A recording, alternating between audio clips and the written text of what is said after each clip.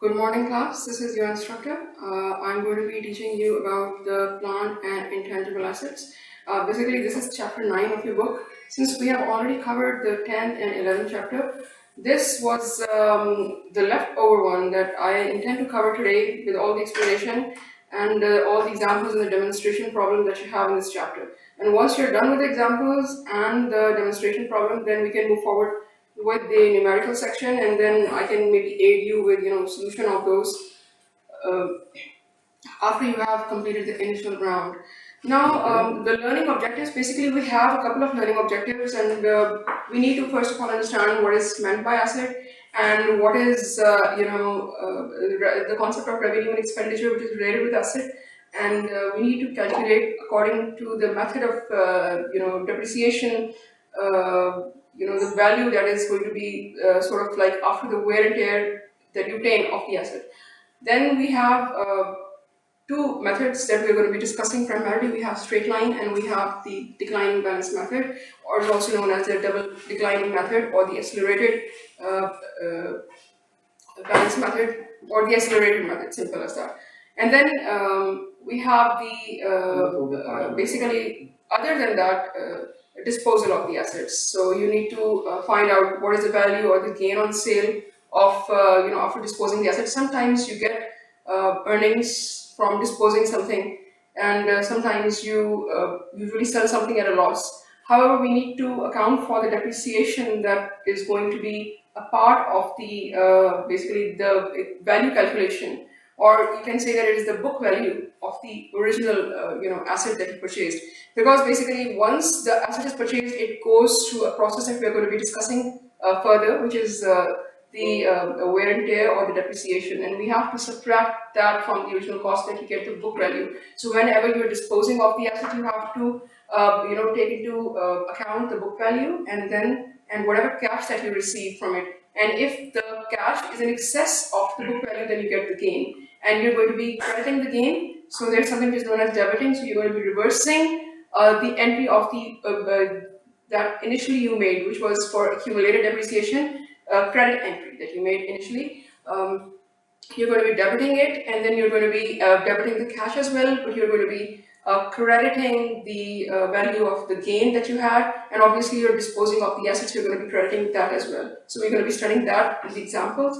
We have the intangible assets, something like just a goodwill, and prior to that we have something which is known as return on the earnings. So basically whatever that your asset is giving you as return, that value and whatever net income that you actually got. So if there's a difference from the normal return that you get, so that is actually over and above, that is known as the in excess. It is known as the return in excess, and we're going to be discussing that. And depletion, to some extent, if we have time, we can discuss that as well. Natural resources are usually not depreciated, they are depleted. So all the you can say the method or methodology would be the same for calculation. However, the word that you're going to be using is depletion in this case, and the useful life would not necessarily depend upon the number of years. It's going to be on the amount of ore that you have. Ore is something like, for instance, like the coal or the diamond mine that you go into, and then you can keep on extracting the resources from there, and whatever remaining resources there, that is the depletion, and then the remaining part is basically what you're going to be considering as the residual value. And then the cash effects, obviously, like I've given you an example of you can say that disposal, for instance, or the depreciation. Normally when you are charging depreciation, it is just accumulated depreciation is normally credited and depreciation expense is debited. So because it's usually not treated as a liability. I already told you that liability is basically something which is like, for instance, in the accounting equation we have asset equal to liability plus owner's equity. So it is to balance out the value of the assets. So if liability is opposing the asset in the accounting equation, depreciation, accumulated depreciation is not treated as a liability. Therefore, strictly if you look at the definition from the accounting equations standpoint, depreciation is something is like a provision account that you keep. It is a non-cash expense, and you have to ensure that whatever assets that you have, they are obviously going to undergo a process which is of wear and tear, or they're going to wear out eventually. So it is something that you are bound by the accounting rules. And one of the rules is IAS 16 for depreciation, and you should read that. You should Google that. Let me just Google it for you. What does IAS 16 tells us? In order to understand this chapter, you need to understand or study the accounting rules as well. So it says property, plant, and equipment. You should reflect the pattern in which the assets' economic benefits are basically calculated or reevaluated. Let me just open this so that you just understand. These are the international accounting standards. So basically, according to these standards, every asset is going to be depreciated according to its own useful life. And you cannot apply the same number of years. So the useful life basically means that for a number of years, that asset is going to be giving you benefit, right? And that benefit is different for every category of asset. So for property, plant, it's going to be different. For equipment, for vehicles, it's going to be different.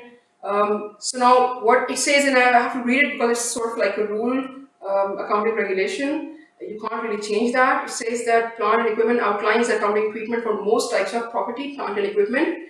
And it is measured at its cost. So now you should know that you have to consider in the balance sheet as well the original cost of the asset, and then you're going to be subtracting the depreciation from each year and then adding it up as accumulated depreciation, subtracting it to get the book value, and then subsequently measured either using a cost or revaluation model. Okay, so basically revaluation is done especially in hyperinflationary economies, like that of Pakistan, because if something you purchase 1975, maybe for 10,000 rupees, it's going to be giving you value now maybe of 1 crore, 2 crores.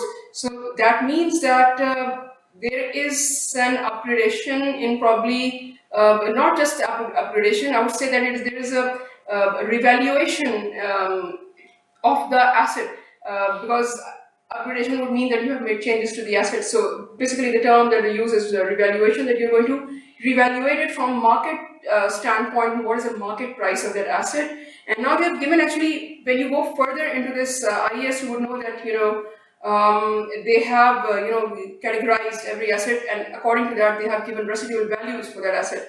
And for vehicle maybe it is 10 years, but for plant they have given 20 years. So you cannot dictate your own useful life, and useful life is something that for which the asset is useful for you, even though it may have some value even after the useful life has crossed. But according to the accounting conventions, you cannot use that asset in terms of adding value in the balance sheet. So you have to dispose it off and get a new one. So the money that you would need to get a new asset as a replacement for the old one is basically the money that you keep setting aside as a depreciation expense. So now you would know that depreciation is basically a charge that you can set aside some amount so that you have to replace the asset after the residual value, or after the residual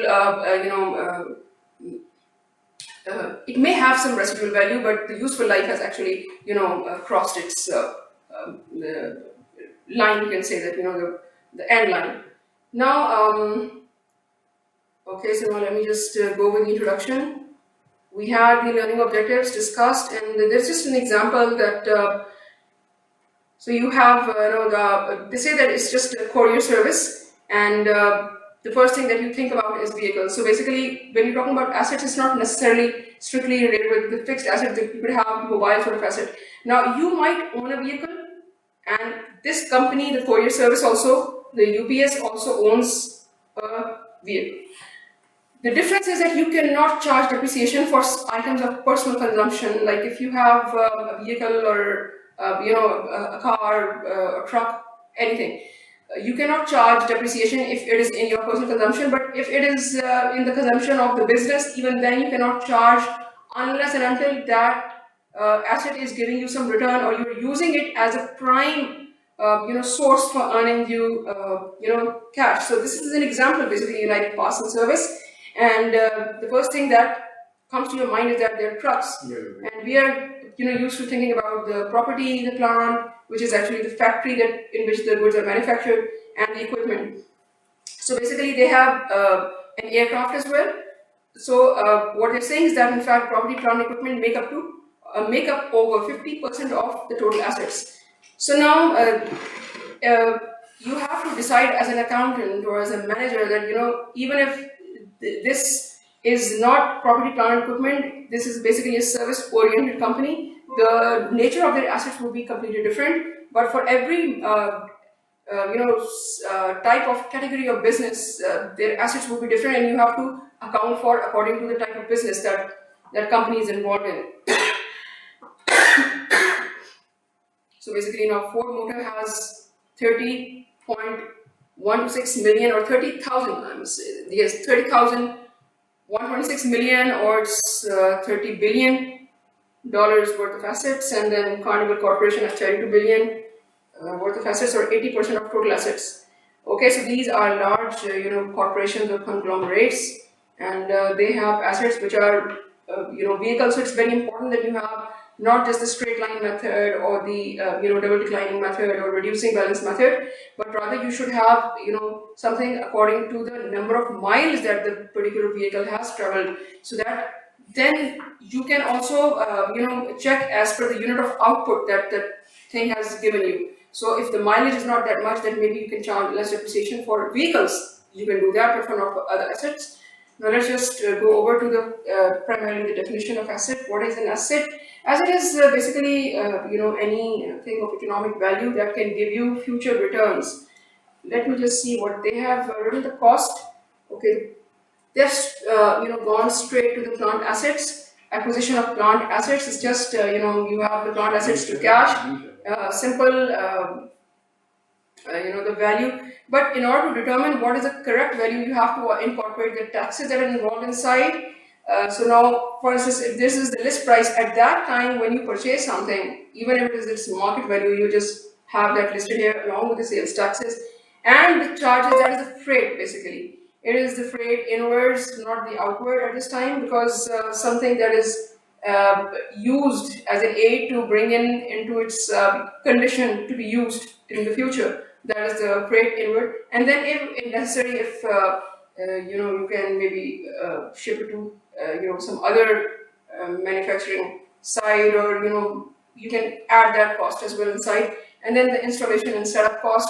So this is not necessarily for a service-oriented company. This is for a manufacturing probably company where they're going to be installing and setting up a factory or something, so that they're going to be charging for the installation cost. Installation is basically the setting up cost, where you're going to be maybe putting together some plant, and you're calling up you can say the manpower to help, or the labor to help you.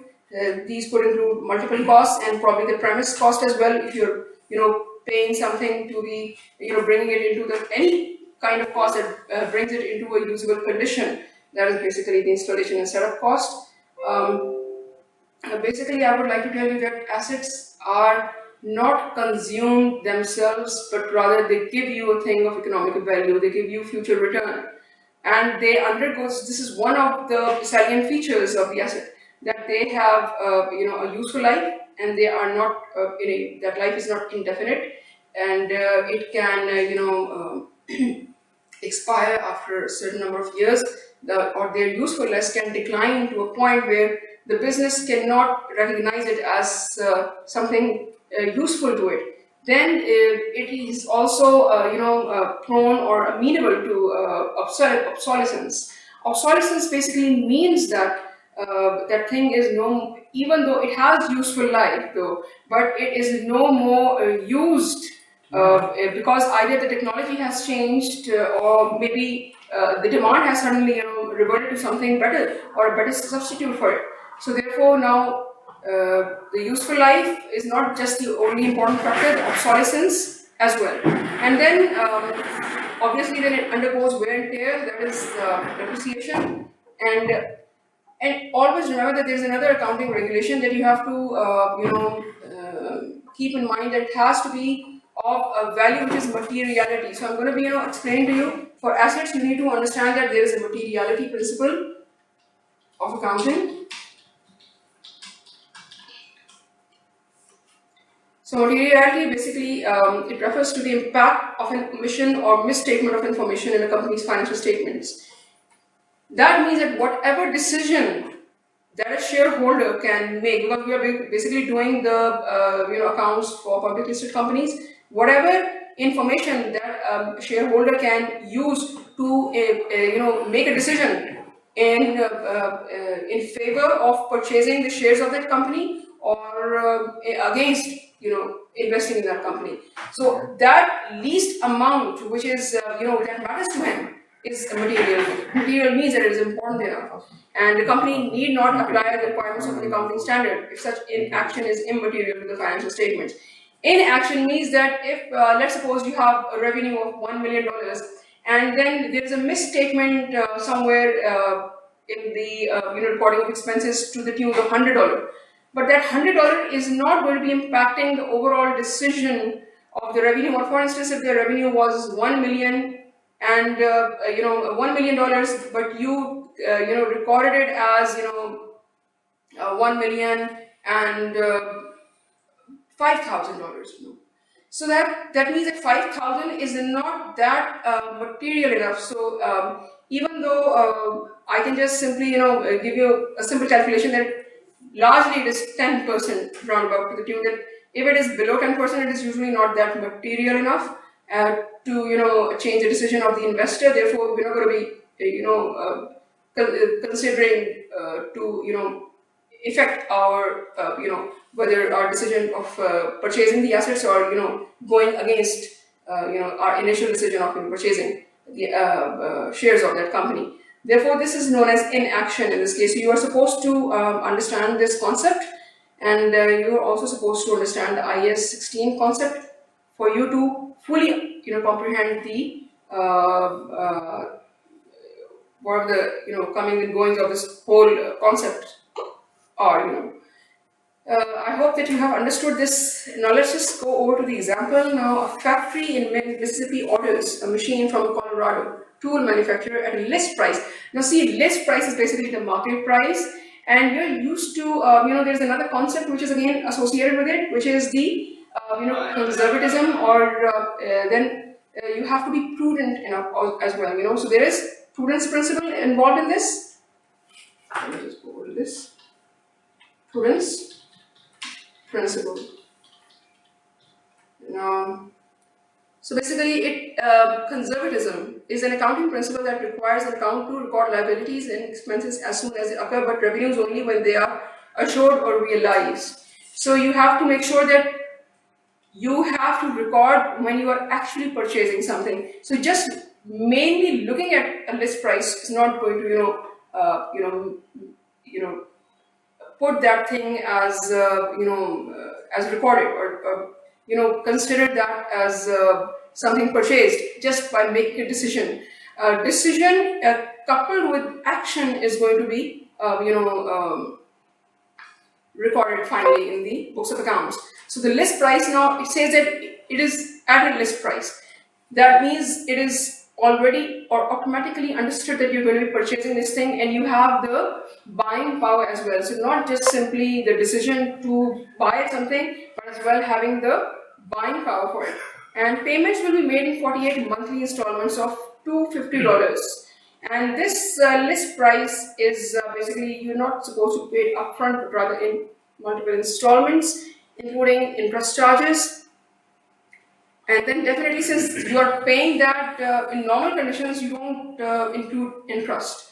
However, since you're actually paying this amount to purchase the original asset, then you're going to be charging this as the cost value. You're going to be adding it up to some, maybe in the, you can say the profit and loss account as an interest expense.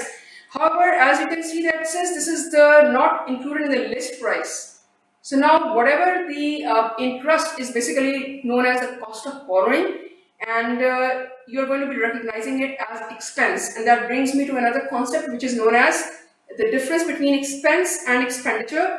Expenditure is basically something that you expect the return of in future accounting periods or more than one period. However, expense is basically covered with the IS within the IS 18, which is it has to match in the same accounting period of 1 year against the revenue. So whatever revenue it is giving you, you're going to match the expense with that, and then you're going to obtain the net income from that.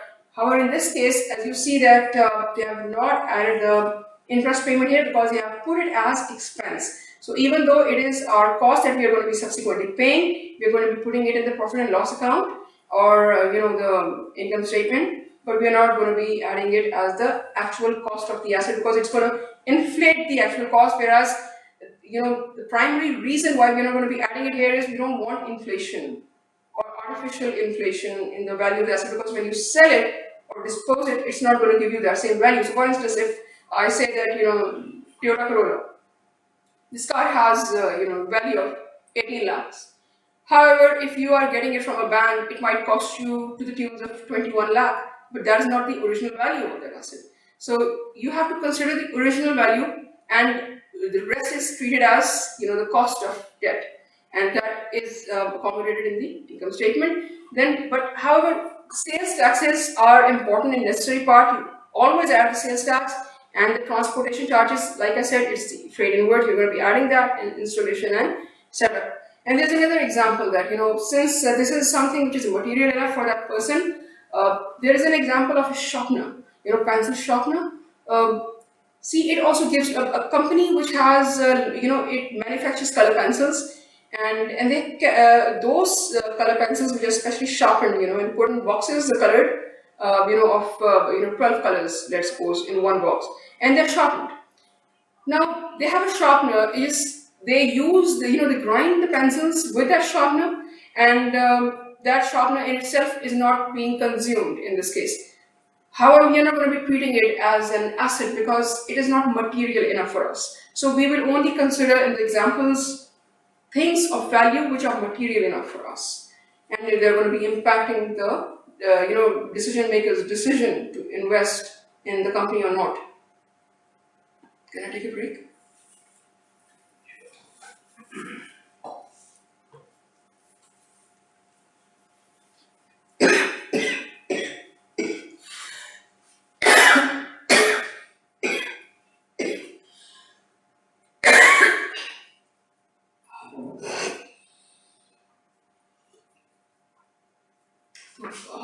मुश्किल लग रहा है मुझे लगने देना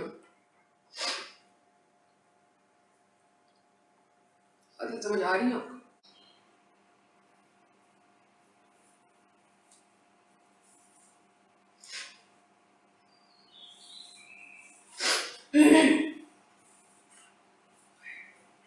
मुश्किल से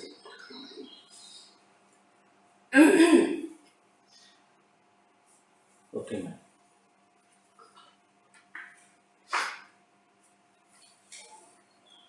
Okay, so we come back, and the type of assets that we were studying basically, linked with the buildings and equipment and the carriers, aircraft, vehicles that we were doing. However, there's something which is known as premises. Premises is, the landmarks that you have, gotten or obtained to maybe, install the equipment that you have for manufacturing, and this is strictly for manufacturing businesses, not for merchandising or service sector. And then land improvement is sort of just another terminology for fencing, and just giving you examples that you maybe okay. Then there is a premise that you have. Premise is something which is like the area that you have marked for your setting up of the business. However, then there is you need to fence it, or you have to put a wall around it or boundary to demarcate it as your property. And then the sprinkler is basically just an example that the water fountain that you have installed within the lawn that can maybe be used as watering source for the vegetation around. And then they are subject to depreciation. Yes, the premise is basically whatever, okay, land, it does not depreciate, so you cannot charge depreciation for land. However, the fencing and whatever installations that you have done in that land, or the markings that you've done, that they are prone to depreciation because they are part of their property now. So they should be recorded in a separate account titled land improvements. Whatever improvements or infrastructure that you install other than the main building and the area around the building. Equipment, equipment is basically whatever is being utilized as an equipment for any kind of apparatus that you're using to manufacture something. And I would recommend that you go to YouTube and look at the food factory.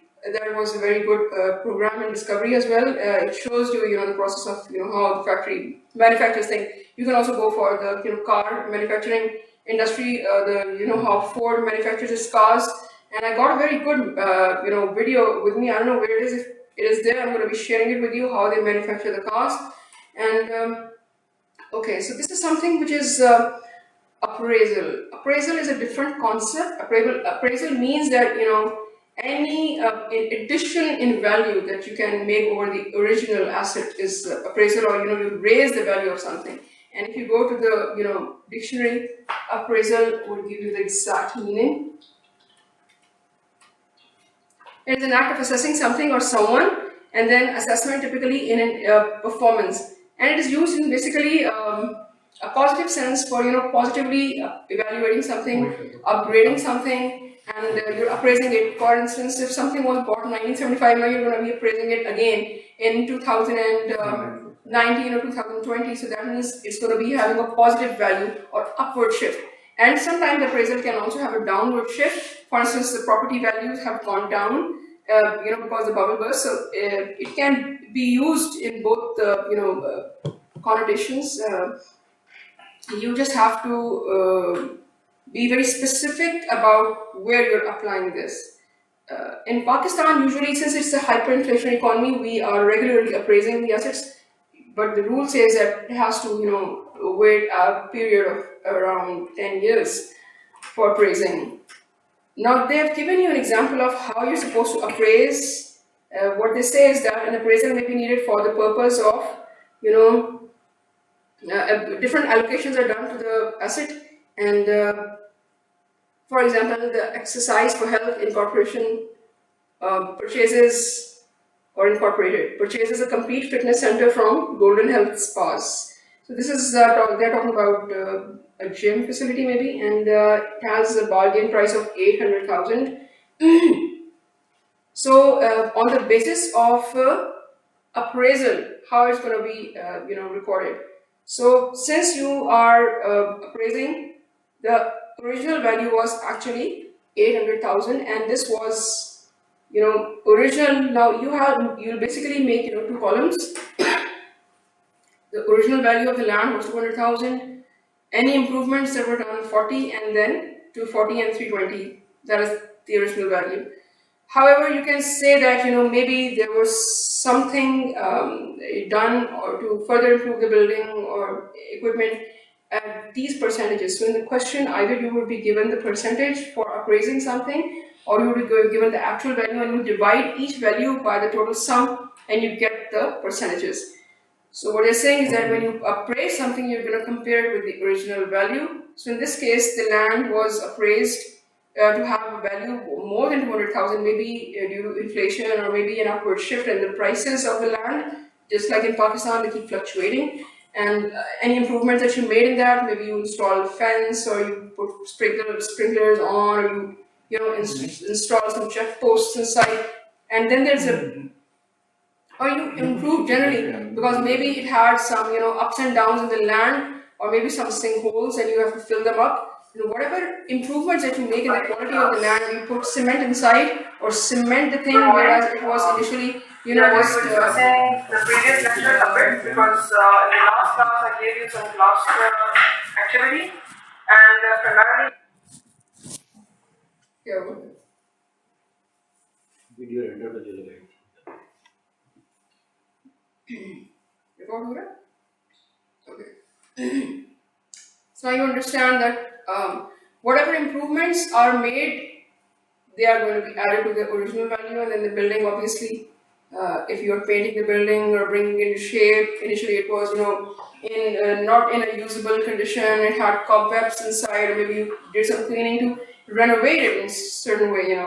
That renovation cost would also be included inside. And any equipment that you have further installed, it is not necessary that you're just going to be, checking the original value, but you might improve that thing, and maybe add something inside it to help aid its function.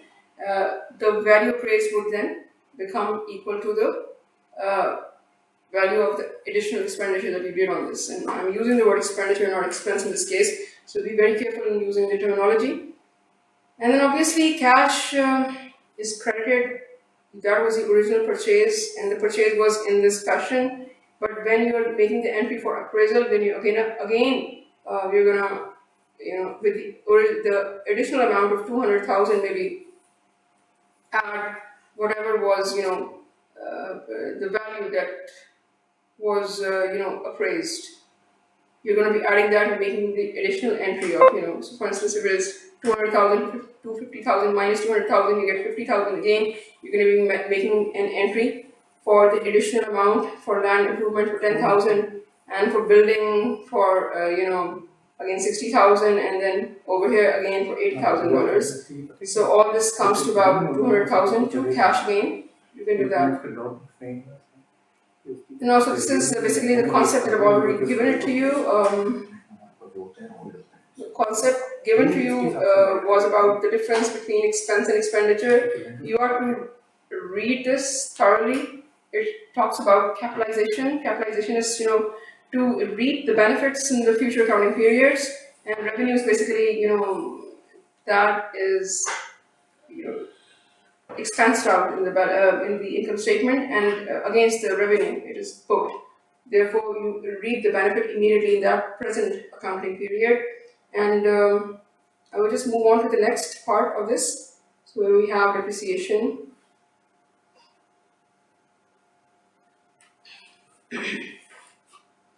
So now we have amply discussed this concept. Please read this. That you purchase an asset, either it could be plant and equipment. For ease, we just group them.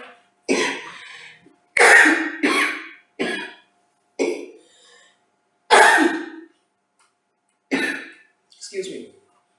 So we have plant equipment, and then we have depreciation followed.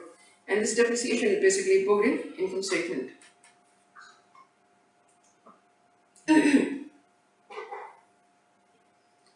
Now they say that it's not a process of valuation. What does this mean? It means that we are not allocating cost. What we are doing is that we are trying to set aside, any decline in the value of the asset due to its wear and tear, so that eventually, after the end of useful life, the entire depreciation has been charged, and now that asset can be written off. Written off means that now you're going to either reverse the original value of the asset. How do you write off in accounting? That you had the initial value and you debited the asset. But now, since it's no more into use, or even if it is in use, you're not going to be recording it for business assets, or in that that group. You're going to be setting it aside. Maybe you can have some value later on, and the value that you by reversing the original value, that is how you're basically writing off the asset.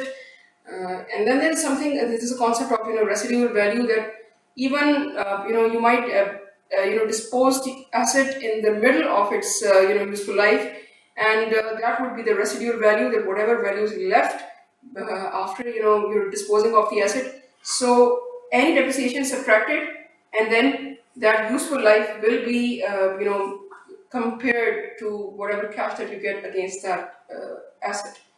Now they say that it's not a process of valuation. Naturally, it is not a process of valuation. It's a non-cash expense, and then when you accumulate it for a couple of years, it becomes a provision for you to be added on the debit side of the balance sheet and subtracted from the original value of the asset purchased at cost. Now, the book value is basically, like I explained to you before, it's the value that you get after subtracting of depreciation from the original value of the asset. And so that is the value of assets subtracted by subtracted by accumulated depreciation, and you get book value. So this is what they say is the cost of plant asset minus the total recorded depreciation.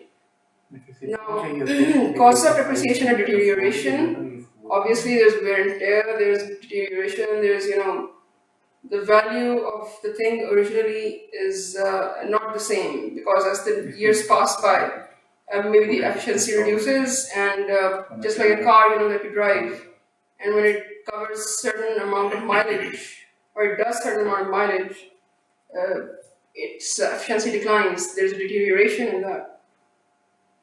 So even if it is, what they say is that when a plant asset has been carefully maintained, it is not uncommon for the owners to claim that the asset is as good as new. Such statements are not literally true, although a good repair policy may lengthen the useful life. Every machine eventually reaches the point at which it must be discarded. Discarded means to just give away something, make do with something, initially, and then you're just giving it away later on. And making repairs does not eliminate the need for recognition of depreciation. Yes, even if you repair something like a car, it has its useful life, and the accounting conventions have already given those. We can't dictate our own. Obsolescence means it's no more in use, it's no more in fashion, or it's no more in demand, or whatever you want to say. It's even though it's available, but maybe some substitute has taken over its demand because of superior design, like for instance mobile. Now you know that mobile phones have models continuously, being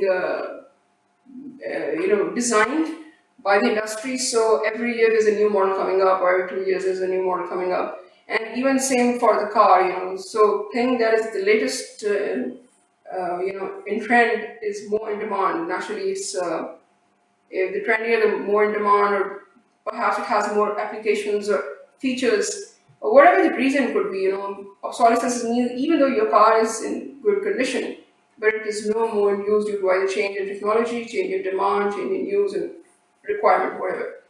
Now we have two methods of depreciation. The first is straight line method, and then there's a reducing balance method. So straight line means that the graph is being continuous, because what you're doing is that you're charging equal values, okay? And then there's an accelerated depreciation method. It means that initially the value would be more, and then as years go by, the value would keep declining. How does this happen? Okay, now let's just go over this cost and residual value. Okay, now you should understand how we treat the residual value. Residual value is that value which is left of the asset. You have not charged 100% depreciation, because you're either disposing it off, or you're selling it off, or you're not using it, or maybe because it's obsolete, and it's like your laptop that you're using, and then you have some time, even though it's comparatively in good condition, however maybe you have a better model in mind and you want to dispose it off. So the cost and the residual value that it still has, we're going to subtract these two things together. So 17,000 minus 2,000, okay? Because the logic behind is that it still has value, okay? Had it been depreciation, we would have completely subtracted it and then written off the asset, because if it was 17,000 cost and 100% the useful life has been covered, then it would have been the entire amount would have been siphoned off.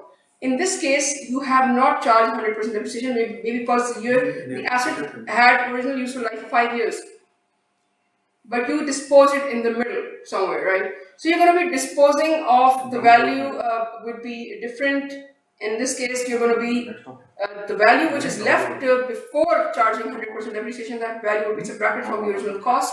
So now in straight line method, especially you look at this, they say that this was 17,000, and what is it exactly? Let me just read the question. On January 2nd, SNG Wholesale Grocery acquires a new delivery truck.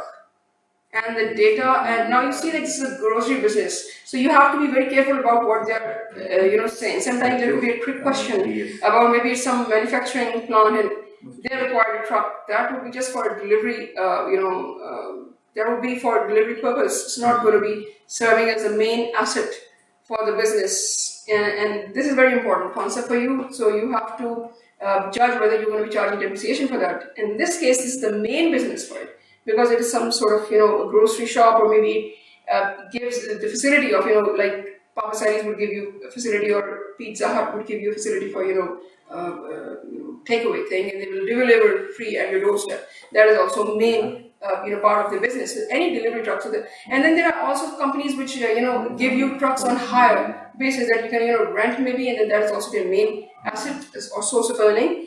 And the data estimates need for the computation of annual depreciation. So you have cost, like I said, that the residual value or the salvage value, you should just acquaint yourself with the terminology, it's the same thing. Annual depreciation expense is computed by reducing the estimated residual value from the cost of the asset.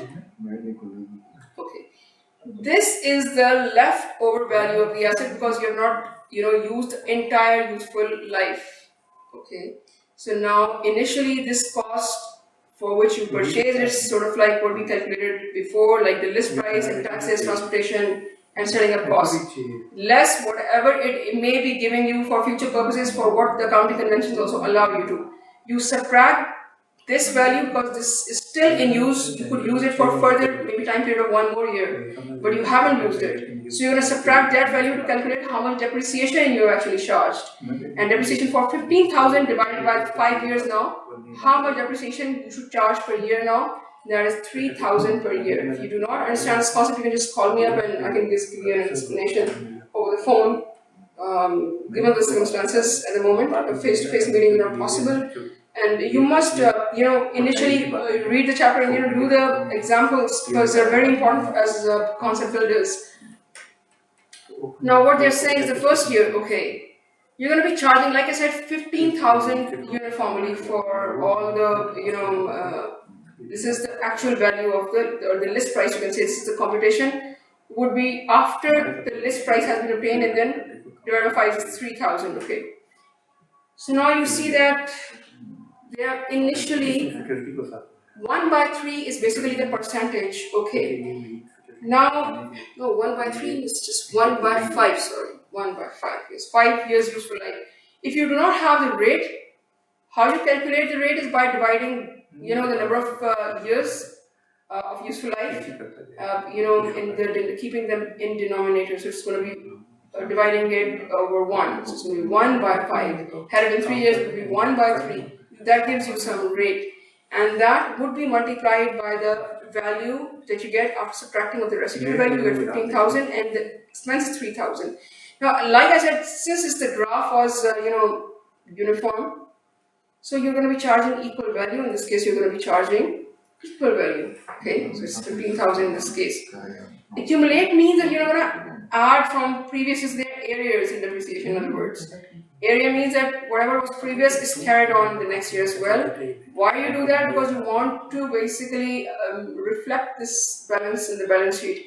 You don't reflect this balance in the balance sheet, you reflect this one.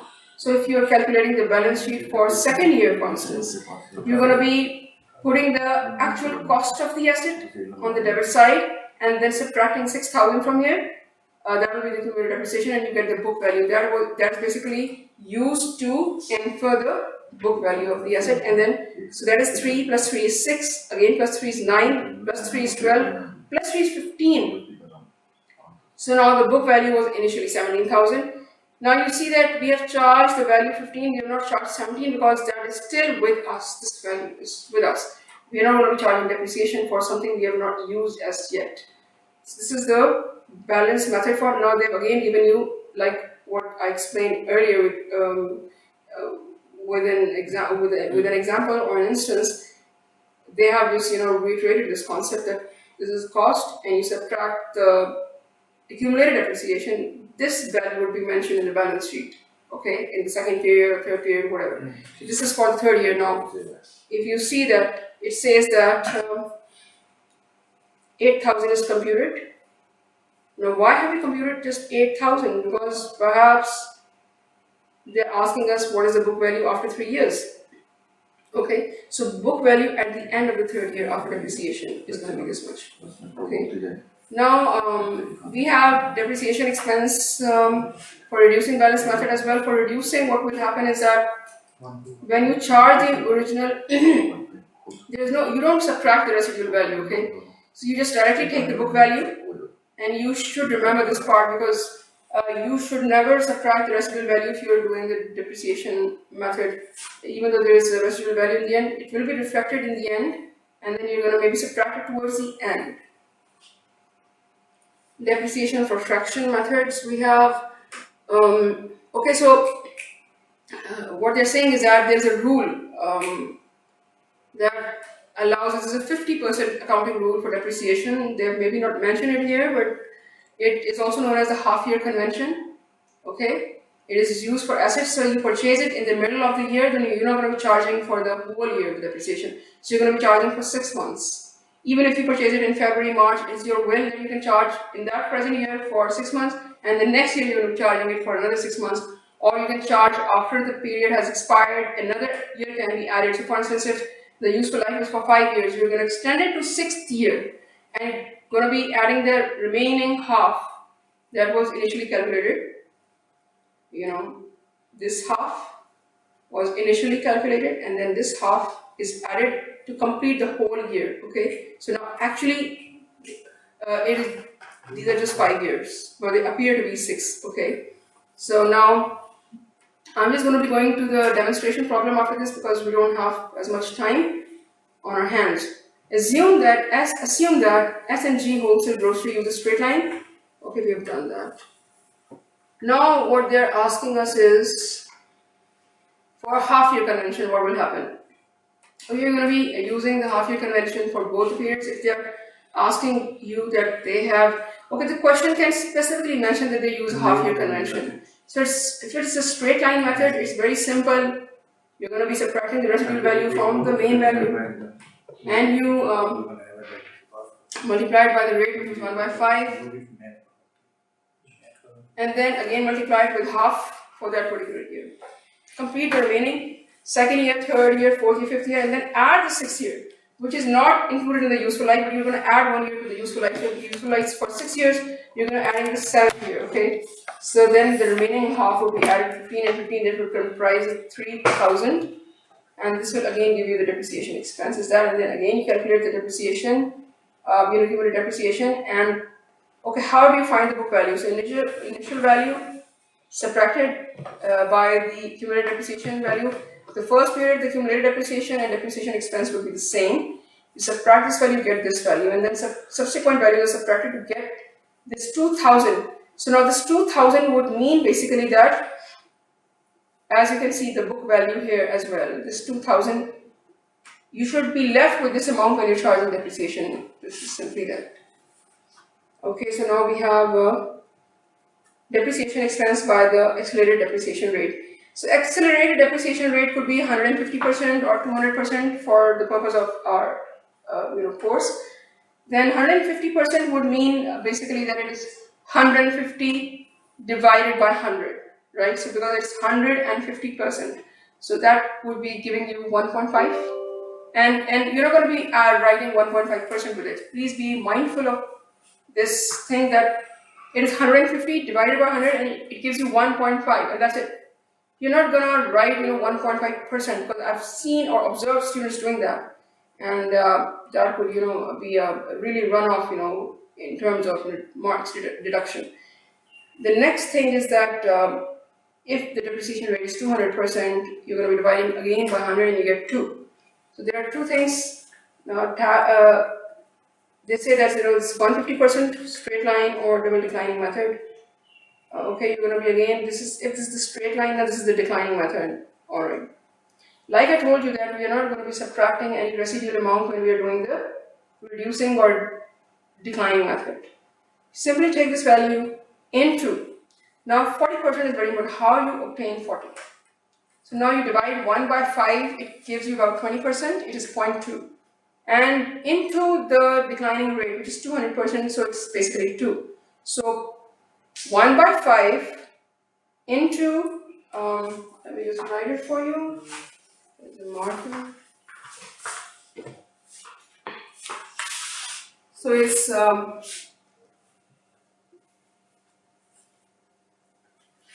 1 by 5 gives you, for instance, it's 0.2, and then double declining method would be 200 divided by 100, giving you 2. right? So this 0.2 into 2 would give you 0.4, and that is 40%. Okay, this is what we are showing here. Now let's just revert back to our presentation. Let me just rub this off. I hope you can see this. Then how we obtain 0.4. Okay.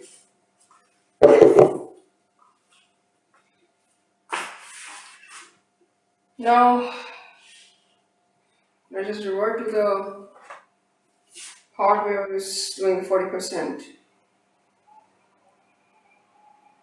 Okay, so now this basically means that you directly write the book value, which is 17,000, because see, in this example above, you just had 17,000 as the initial value. So for straight line, you're going to be subtracting the residual value, but for declining method, like here, for straight line purpose, you do that. But for declining method, you're not going to be doing that, but instead you're going to be straight writing 17 here as well. Whereas in straight line, you can see that we were doing it with 15,000. You're not going to be doing it with the residual method. You just multiply it with 40%. But for 150%, this rate would change to maybe 35%, because we're going to be having 1.5 instead of 2. Then you just multiply it with 40% for each year. Now, for the first year, it's going to be giving you 6,800. Same for accumulated one. Subtract this value, get this value. What's important is that for the last year, like you see, that's the 5th year. This is the 4th year. And in declining method, what we do is that to make it accelerated, you convert it into straight line sometimes. But here, there's another method. I think they're going to maybe in the accelerated balance method, they're going to be converting it into straight line. Here you can see that for the remaining years, sort of like residual value subtracted, similar to what we did in the straight line method, and you get the value of 203. So now you're gonna maybe add this to this value 203 and you get 15,000. Sometimes there's a 1 plus minus, you can just adjust it here and you get the book value as 2,000. Okay.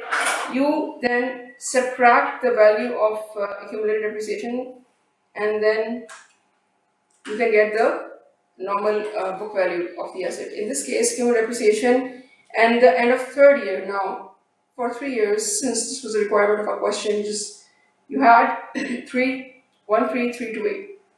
You subtract it and you get this value. Okay. Again, 150%. Like I said, okay, this is 30% for the same example. Like I said, we need to change the method to straight line. In this case, for the 150%, what they've done is that they have, even for 200%, it could be asked of you to, make it into straight line, or you can do that accordingly.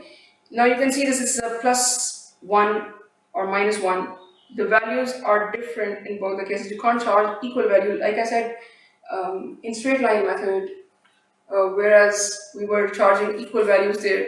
There's a plus minus here because if we add the same amount, it's going to exceed 15,000, but we can't allow the depreciation to exceed 15,000 in this case. So, because the residual value has to be 2,000. See, now we have subtracted, this was the first, second, and 3rd year. Okay, for 200%, they did it for the 5th year, because we had enough value at our hand. And you can even do it for this year, it's up to you. But in this case, what they've done is that after the end of 3rd year, they have subtracted the 2,000. What we did initially for the straight line method, that we subtracted from the value, the cost minus residual value that they have done now, the book value minus residual value divided by 2, to accelerate the value of depreciation, because it would continue for further into 6th, 7th year, because we need to finish the depreciation. Since the reason why we're doing it is because we need to we can't go beyond 5th year, because that is the useful life. We have to charge depreciation for useful life. If the useful life is not there, we can't charge more depreciation to it. So we have to ensure that when you're making a decision to put declining method, you have to be sure that it's not going to go into 6, because we are not using the half-year convention as well, and we're going to be subtracting this value so that this value can suddenly reduce to 2 years, because now we are going to be dividing it by 2, because now we only have 2 years at hand. We could have done it for 3 years, but that would be too early. So either we do it right now, because had we let it go 5831, even if we reduced 2000, then we would have put a great amount of as a depreciation expense, which would go against the rules of depreciation for declining balance method. For declining balance, each year should have a lower depreciation than the previous years. So you can try it for 5831. Okay. So, and if for instance this was you charge the same amount, 30%, how much would it give you? Okay, let me just calculate it for you. So if it is, or maybe let me just calculate it here. And we have a calculator here.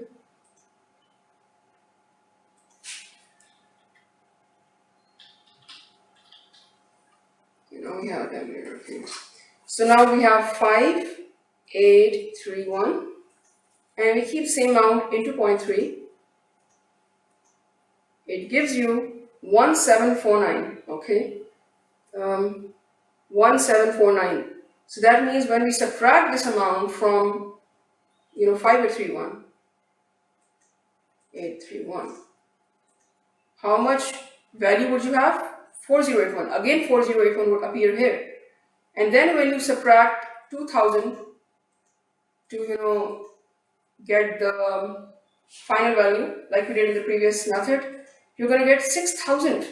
Oh no, sorry, 483. How much did we have initial balance?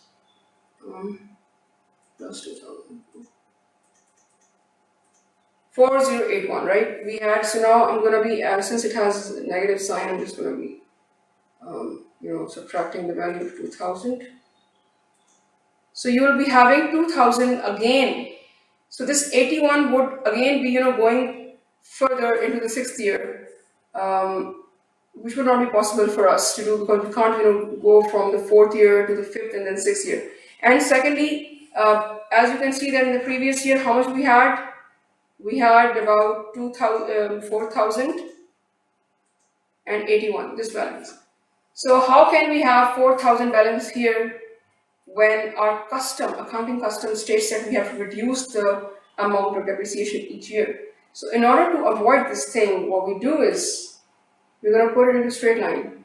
So now for the remaining 2 years, we just have 2 years at hand. We just subtract the residual value that we want in the end to divide by 2 to get straight line. Now this value, again, since for every year, how much did we have initially? Okay, let me just put it this way. So we have 5831 minus 2000, and we got 3831. And when we divide it by 2 to get 5831 minus 2000 and divided by 2, you get 1915.5. So either you could use 1915.5 for 1 year and 1915.5 for the second year. In order to avoid using a decimal, we're going to be using 1916 for the previous year, and then using the same accounting convention, we can use a lower amount, 1915, to make it to the final amount that we have. That amount was 3831. Okay. So now again, this method could be used. Then we have another method. Okay. There are a lot of things in this chapter we need to cover. Please read all this. Revised amount. Okay, there's another concept. Company acquires 10,000 asset to have a 5-year useful life. Under the straight line method, the annual depreciation is just 2. It is 10 minus 0 residual value. So if the residual value is not given to you, just subtract 0 and divide it by 5, you get 2,000. At the end of 3rd year, it's going to be 6,000 annual depreciation, and the book value would be 10,000 minus 6,000, and you get 4,000, which is the book value, and revised estimate of remaining years of useful life. So now basically a revised estimate is used when you think that the asset is being, maybe targeted negatively. In other words, that maybe it had more useful life, but it was assessed incorrectly to have a lower useful life. So they can maybe, have this revised estimate of extending the useful life, and now still it has 5 years. After the end of 3 years, you realize that no, it's not 2 years, but it's in such a good condition that it still has 5 years. So you're gonna put that in the notes of accounts, and again, you just simply, what you do is 4,000 divided by 5. So again, you have 800. So initially you had 2,000, so now you're going to be charging 800 for the remaining 5 years. So 800 to 5, you get 4,000. So this concept is done. Impairment is plant assets now. If some damage of the assets is done, it means that you would charge impairment to it. They've given you a case in point. Excuse me. A recent balance sheet includes 5.148 million of property and equipment, approximately 49% of assets. So now it is a long-lived asset because that is what they have estimated it to be. However, what it says that indicates that the company evaluates long-lived assets such as store, property and equipment, and other corporate assets for impairment whenever events or changes in circumstances indicate that the carrying amount of those assets may not be recoverable. Now, why is it that the carrying amount is not recoverable? What is the carrying amount that you carry into the next year? The reason could be that either there's been damage to the property, plant, equipment. That there's I can give you some other examples of impairment as well. Let's just see.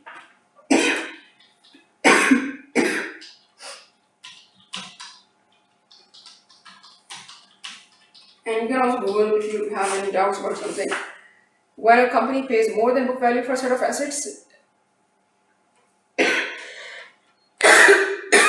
so now either it could be due to damage and that the value has reduced. It could be due to fire, loss, or something. Maybe that whatever company that you initially had, it lost its value due to some kind of damage. Now, damage aside from being charged as abnormal loss, it would maybe cause a loss to the company. The asset is not the same in this case. So you have to differentiate between impairment is basically sort of like it's not exactly loss, but it's something that would downgrade the book value of your asset for some reason, or lower it because maybe, like for instance, if your car has been accidented, you might get it repaired, right? But when you go to the market, you're not going to be receiving the same value for it, right? So it means that there's an impairment. There's a downward shift in the value. There's a degradation, not deterioration, but degradation in the value in the initial assessment of that asset. Because it's an English word, and it means that impairment. It would mean state or fact of being impaired, especially in a specified faculty. Impairment is downgrading something, a reduction in the recoverable amount of a fixed asset in this case, C. So when you sell something at a loss, or maybe because there's an impairment in the assessment of the asset, I would say, you assessed it perhaps too high, or you paid initially a lot of value for it, and then later on came to know that maybe it does not possess the same value. The intrinsic value, in other words. So the word is intrinsic. It does not have the same, goodwill, or the creditworthiness is maybe perhaps damaged a bit.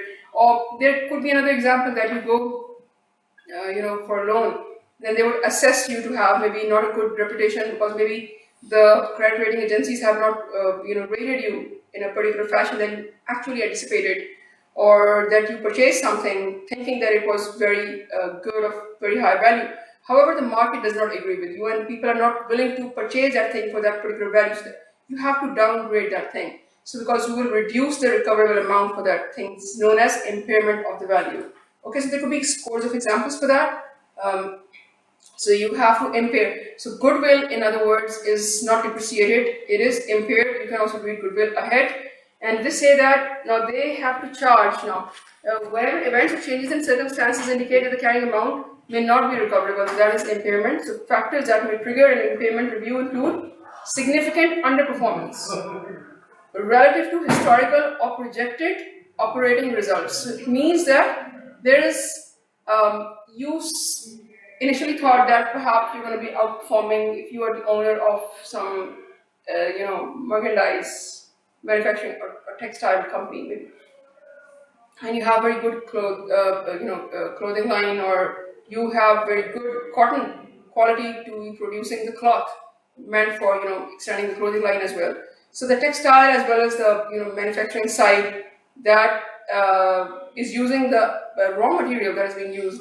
So if there is a shift in the availability of, for instance, now in Pakistan, cotton was initially genuine. It is being replaced by GM cotton, which is genetically modified cotton. So the perception of the public is very important in this case.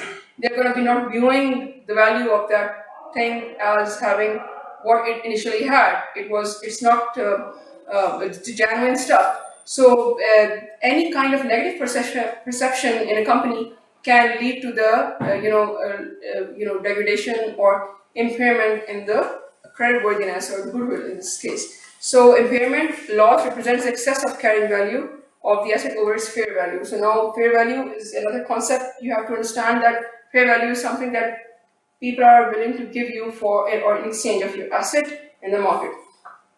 So for instance, if you have a motorbike and you want to sell it, and now you think that you can sell it for maybe $800, but when you go to the market, everybody's willing to pay you $700 for it.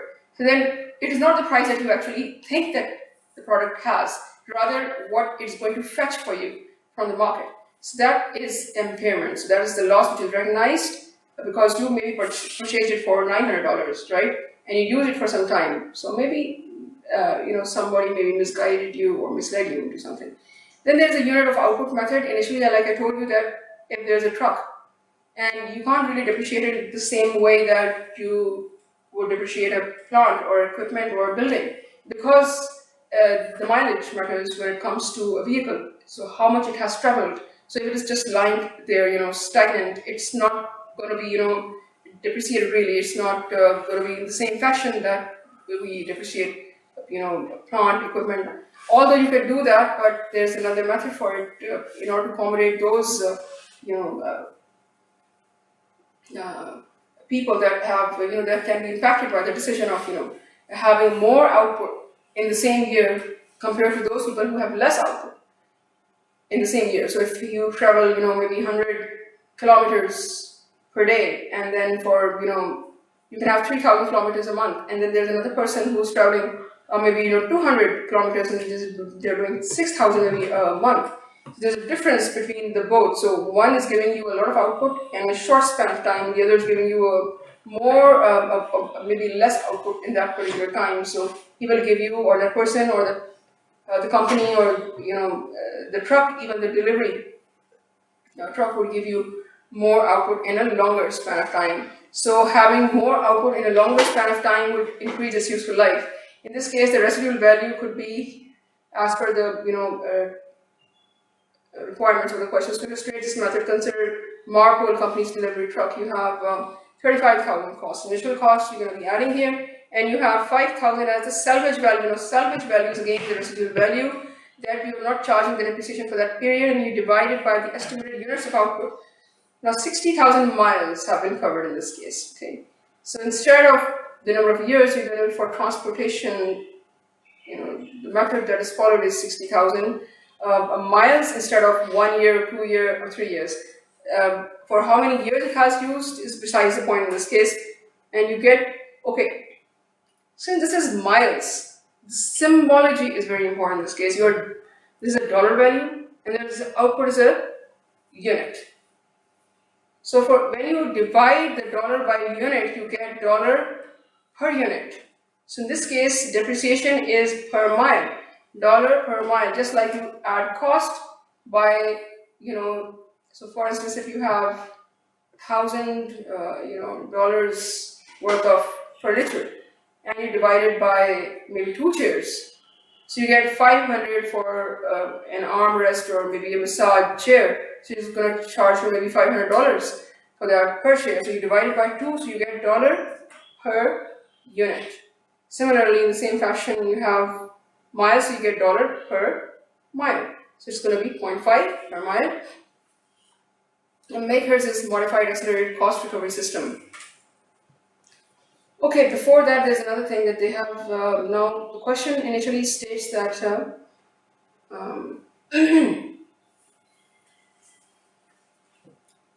but they are not entirely, just an example, so they have not entirely stated the question. What they're actually requiring us to do is, for example, if the truck is driven 17,000 miles in a year, now you know that the depreciation rate per mile is $0.5.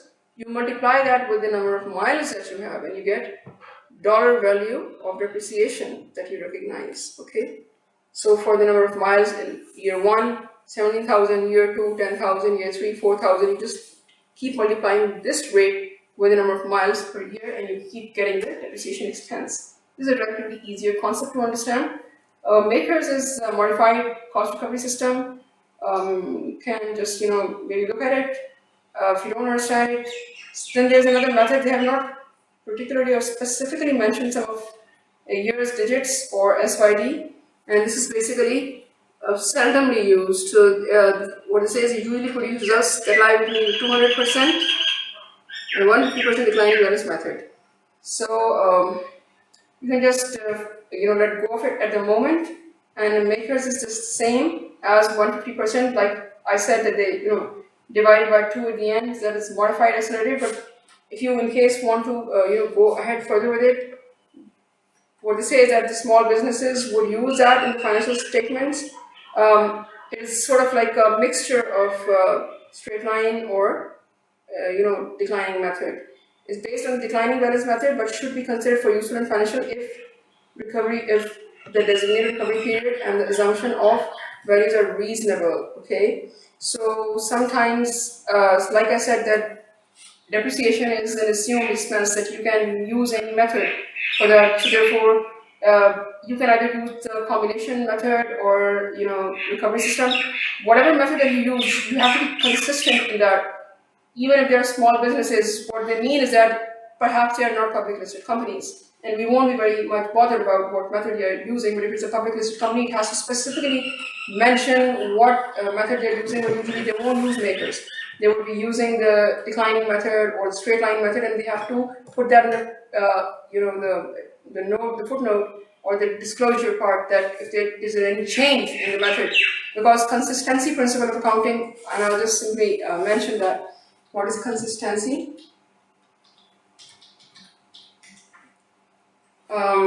It is the way in which is this is consistency principle.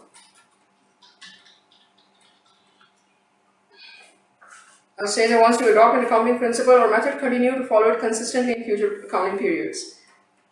So that means that if there's modified or you're changing it straight line to again declining method or combination method, you have to put that in the footnote or the disclosure. Decelerated depreciation methods.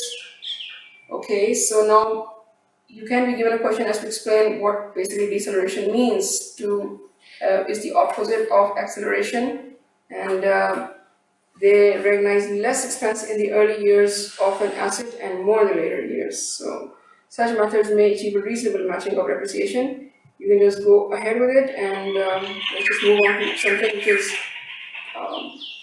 a numerical in nature for you to grasp. Your disposal, this is a easier comparatively entry to understand.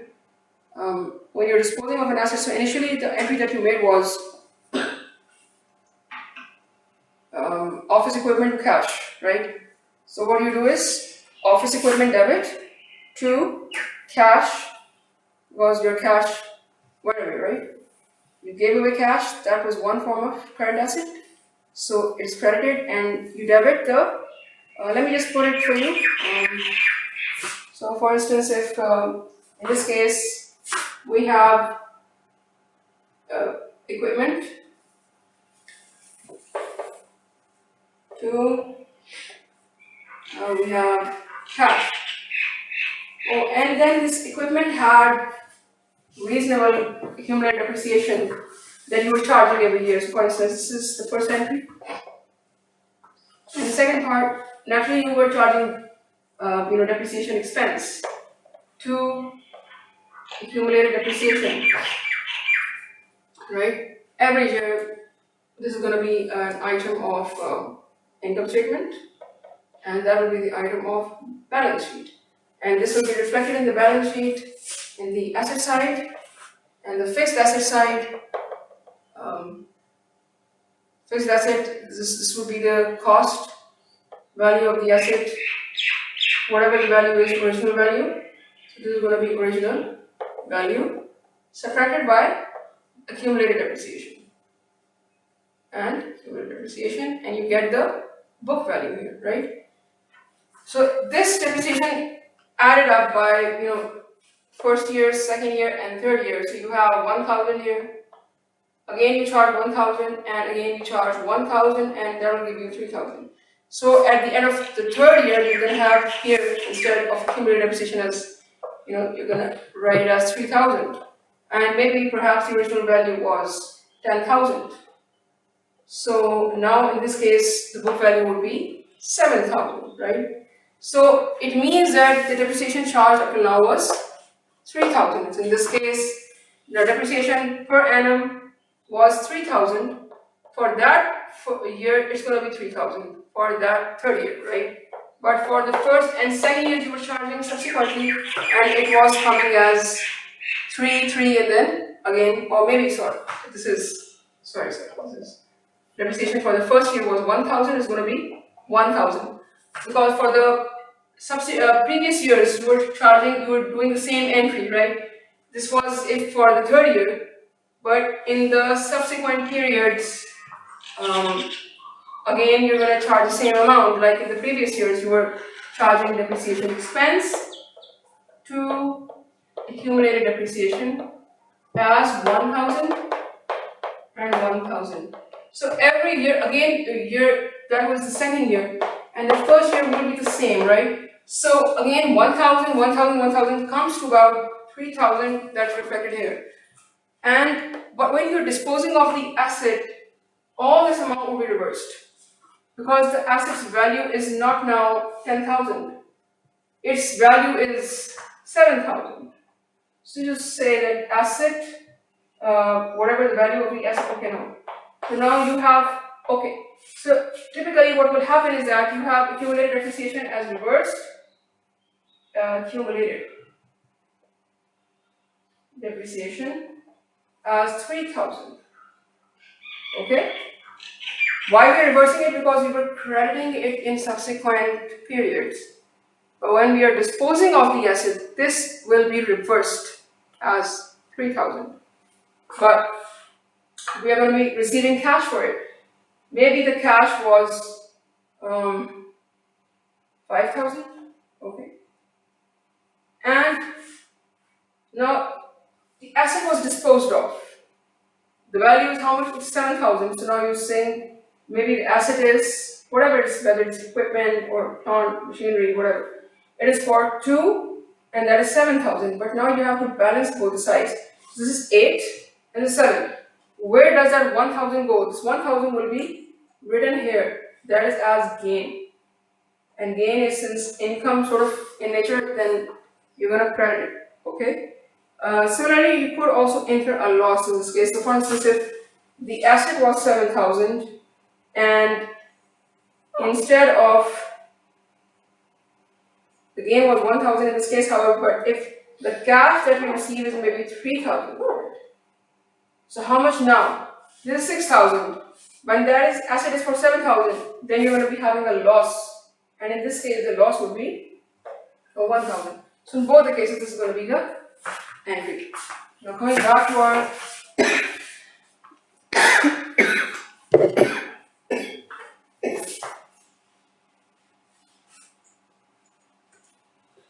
question.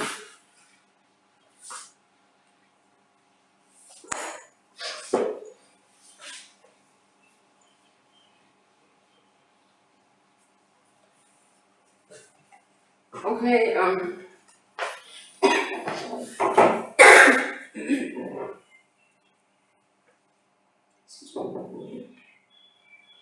now you see that, I just maybe increase the font for you. where it says that office equipment purchased 10 years ago at a cost of $20,000 and no expected residual value has been fully depreciated and is no longer useful. The entry to record a scrapping of the worthless equipment is as follows. Now again, in this case, it's not maybe it has no expected residual value, either it's no more in use or it has completed its period. Either way, it's no more in use. That's the thing. And then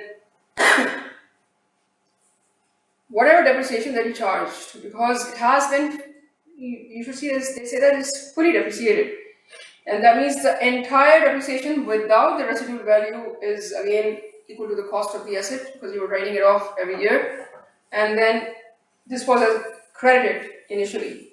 For every year you were charging the depreciation expense. So it led to 20,000 is accumulated as credited. Now you're going to debit it and credit the equipment because this is you're just writing it off. But if you get some cash, that is the entry that we made. And this is also related with scrapping. Scrap is just something that you may not, use, and so you're not charging depreciation. For instance, you have perfume in a bottle, and you can't use that perfume because it won't come through from that filament that they have inside, that narrow funnel or whatever it is.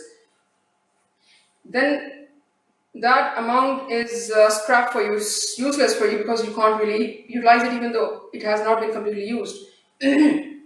Unless you break the bottle, you can't probably use all the spirit that is inside. So it has been fully depreciated. No depreciation should be recorded, even though the property may still be in use. Okay, and that is a similar concept. Just go over it. Gains and losses I have already explained. Just the same thing that I just gave you an example earlier. That assume machine costing 10,000 had accumulated depreciation of 8,000. Now you have been given the cumulative depreciation instead of calculating, you got the cash of 3,000. In this case, the machine disposed was 10,000 and you got the gain of 1,000. Okay, and similar is the loss. How do you treat this? And how the steps that I told you, they have been mentioned here, that you have the cost, you get the book value by subtracting the cumulative depreciation, and whatever cash that you receive, if it is over and above the book value, you get gain. If it is lower than the book value, you get loss. And they have already explained the loss part as well, that you assume that the machine is instead for selling for 3,000, you're selling it for 500. See, we debited cash for 3,000, but now you're just going to be debiting it by 500. And the balance is loss because the machine is worth more than what they paid you for. Okay, and the loss is a similar value, cash received is lower than the book value. You get the loss on that.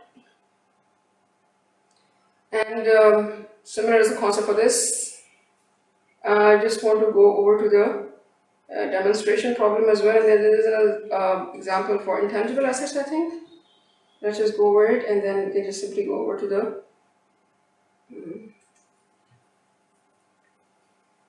okay, just read up on it. I'll just go over the goodwill part, that it's a reputation, market share, whatever. That gives you, ease of handling your operations in given time, which is much lower than the usual time. Is efficiency. It's measured in terms of your ability to deliver in a record time, and so you have superior management control and efficiency. These will increase your enhanced goodwill, and it's impaired, it is not depreciated. The word that you use is impaired, usually for 20 years maybe, and it could go up to 30 years also. And then you can reevaluate your company and then maybe perhaps enhance the goodwill. If it is going down by the times, just like initially the values of the companies that were, when they were formed, and then they matured. And after maturing, the thing is maybe replaced, like Apple computers being replaced by Huawei at this time. So the goodwill will go down because perhaps either it's too expensive or it does not match with what it's giving you. Then natural resources like mine, give you an example of this. Intangible assets are also patents and copyrights. They're all intangible assets, and they have to be. They cannot. And once you obtain the value of an intangible asset in the balance sheet, You're not going to appraise it unless and until you dispose that asset off. Okay. Depletion. Okay, so just let me just go over ahead with the example. So now you have Rainbow Minerals pay 48 million to acquire the red berry mine, which is believed to contain 5 million tons of ore.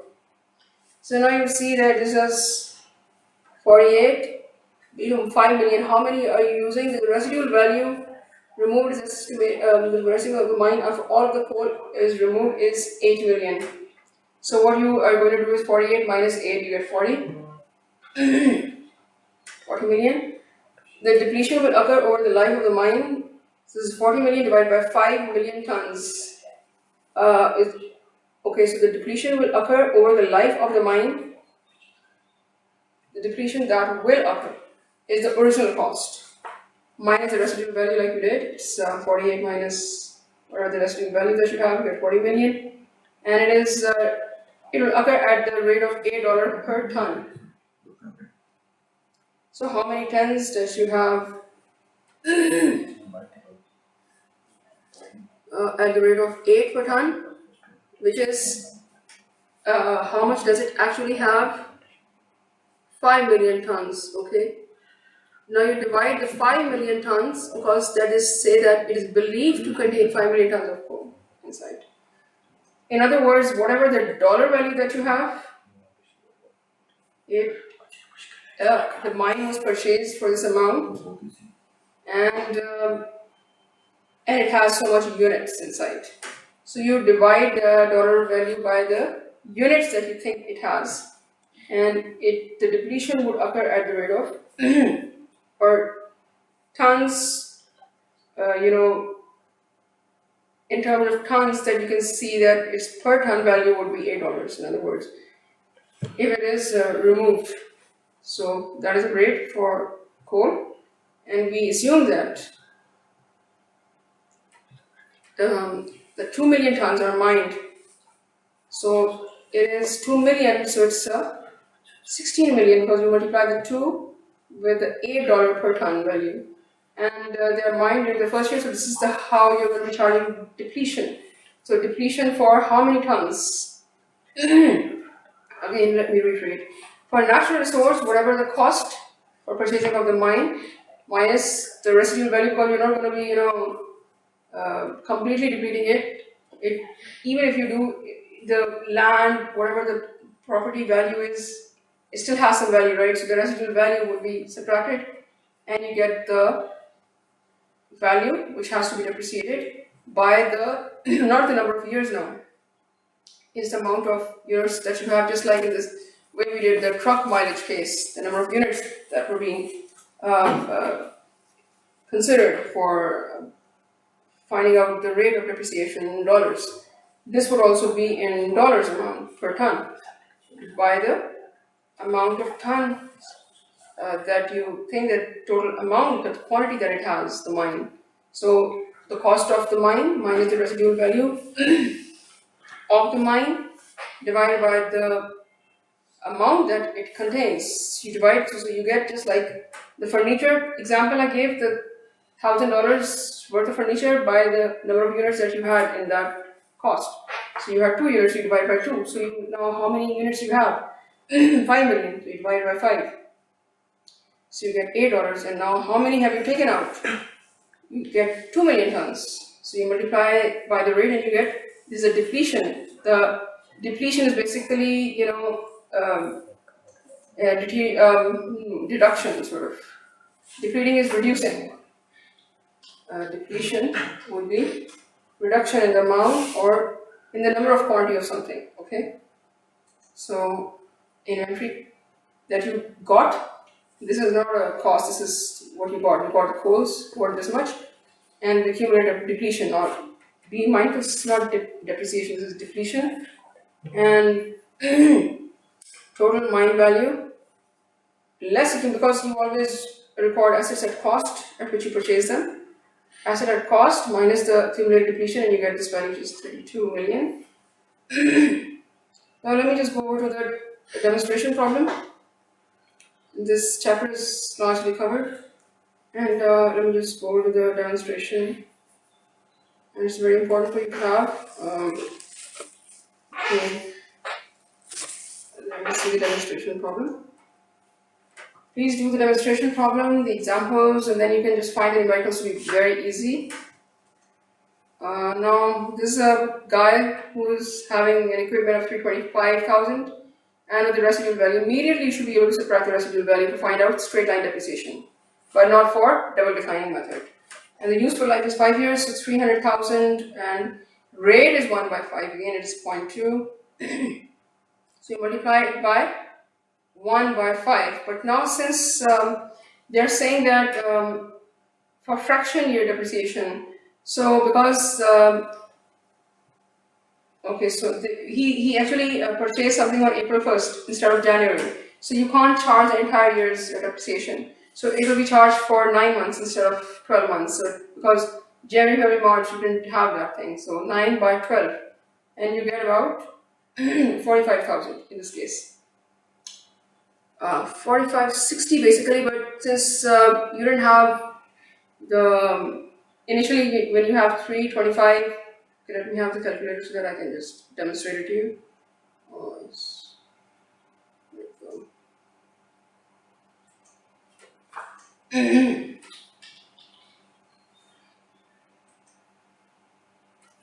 So we do have 345,000. You subtract the 25,000 and you get and you divide it by the number of years that you have in hand, and that is 60,000. Okay, but since we have 9 months depreciation, divided by 9, and you get 45,000. Like in here 45. But for the next year, you're going to be adding again 19. This is full depreciation of 60,000. So that was basically 300,000 divided by 5, and you got 60,000. But like I said, for the last year, since in the first year you charged 2000 till 2018, and they want you to charge depreciation for till depreciations they have automatically extended, but basically had we had 5 years of useful life, it would have been 18, 19, 20, 21, 22, 5 years. But we extended it to 2023. But in the question, they won't be demonstrating to you in this way. They'll just be saying that you charge 5 years useful life worth of depreciation, and you have extended to last year because you have to charge the remaining 15,000. Instead of just simply calculating it, you can just subtract the 45 from 60. You get the remaining 15,000. You just add them up here, and you get 300,000. You just make sure that this value should be 300,000. That is the original value minus the residual value, and the balance is just okay. This is the double declining method. You can also find the cumulative depreciation by just simply adding them up, and it's going to be 105, then 65 onwards.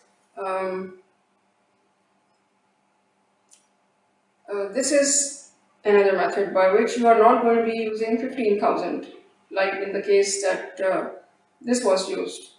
See, they have already demonstrated to you here that it is 9 by 12, and the last year was 3 by 12. But for double declining, we have already covered that how you get 40%. Now, what they say is that 200% method with a half-year convention. You just go back to the example where we started half year. You just multiply the first year with half, and the year in which we are extending the depreciation, you're going to be charging half. Okay, and where is it? Okay, they have not charged, but you can also, just simply put half to it. However, since we have a residual value here, and I told you that in the beginning of straight line method, we will subtract the residual value, but in double declining method, we subtract the residual value towards the end. So you'll have the half here, and either you have the option to multiply it with half after subtracting the residual value, and or you can just charge the remaining depreciation here, because you'll still have remaining depreciation left from multiplying with half. Just for instance, if I you have 22464, right? And that is the undepreciated. So basically, how if we start from the beginning, we won't have any residual value subtracted from the original cost of the asset. You multiply it with 40%, which was again 1 by 5, into the 200%, which was 1 by 5 into 2, which was 40%, into half. And then you subtract it from 325,000.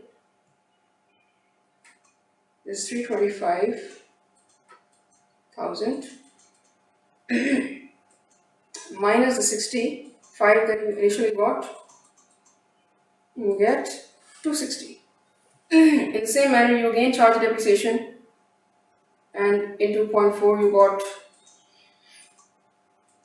104,000. So now you're going to be subtracting this 104 from 260,000.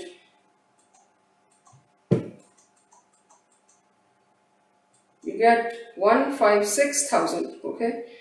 Now keep continuing till you get the balance to 22464, and then you subtract from 56160, 56160 minus 22464, and you get approximately 33696. Now you have to subtract the residual value towards the end, because we are extending it, because still there is a lot of depreciation left. It is undepreciated amount is a lot, and we have to bring it down to 0. So we can't really depreciate all the amount, because we need to subtract the residual value. Sorry. So we're going to subtract the amount and you get 8,000, which is way, or you can simply, had you charged the 0.5%, again, it won't have been, possible, because in this case, you can see from situation to situation, it is entirely covering the depreciation amount. But this amount was 8696, and if you charge a half year's convention method, 0.4 into,